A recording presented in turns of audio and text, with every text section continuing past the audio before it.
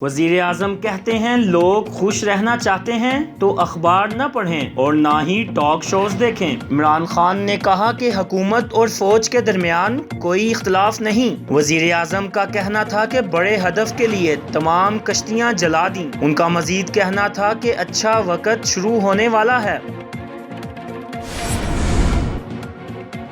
ہم یہ سمجھتے ہیں کہ یہ مینجڈ رپورٹ ہے، سابقہ ادوار میں ایسے اداروں کو مینج کرتے رہے۔ فردوس عاشقوان نے پاکستان میں کرپشن سے متعلق ٹرانسپیرنسی انٹرنیشنل کی رپورٹ کو مسترد کر دیا۔ وزیر اعظم کی معاون خصوصی نے کہا کہ ٹرانسپیرنسی انٹرنیشنل پاکستان چیپٹر کے سربراہ کو مسلم لیگ نون نے نوازا اور سفیر مقرر کیا، اس لیے ٹرانسپیرنسی انٹرنیشنل نے سابقہ دور میں نون لیگ کی قیادت کو پذیرائی بخشی۔ ڈاکٹر فردوس عاشقوان نے کہا کہ ٹرانسپیرنسی انٹرنیشنل کو اپنی ساکھ کا بھی جائزہ لینا چاہیے۔